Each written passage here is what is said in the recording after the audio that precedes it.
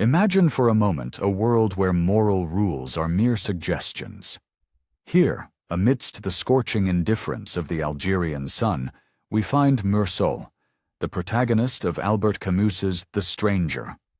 A man who, with his raw indifference and lack of conventional emotions, embodies the absurdity of the universe.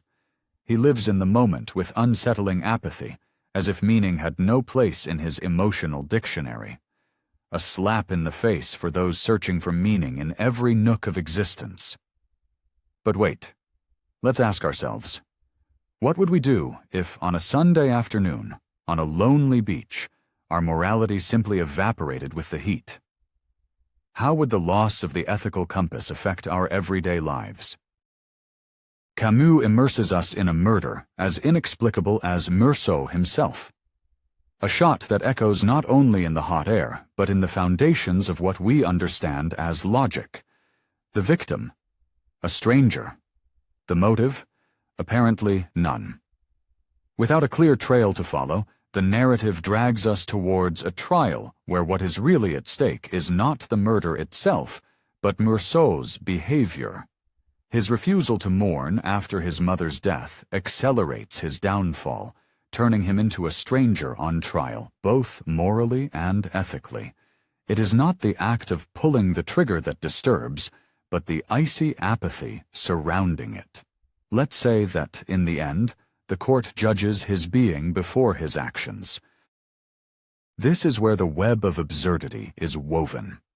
Camus presents a reality where social norms are secondary actors in the face of an existence devoid of absolute morality. More than a legal trial, what unfolds is a trial of values.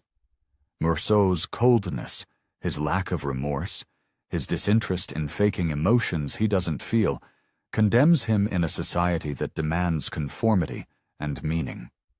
It pushes us to question, how firm is the ground sustained by norms that, under the relentless sun, seem to melt as quickly as they are formed? A space where man becomes a faulty cog in a machine that was never destined to function harmoniously. The impact resonates after the final pages, an echo of chaos inviting deeper reflection. Is Meursault a monster, or simply the only brave one challenging a value system without intrinsic meaning? Camus' novel offers no clear answers, but an invitation to confront our own existential void. Let us then ask ourselves, facing the mirror that is Meursault, if we lose the moral certainty on which we rely to define ourselves, who are we really?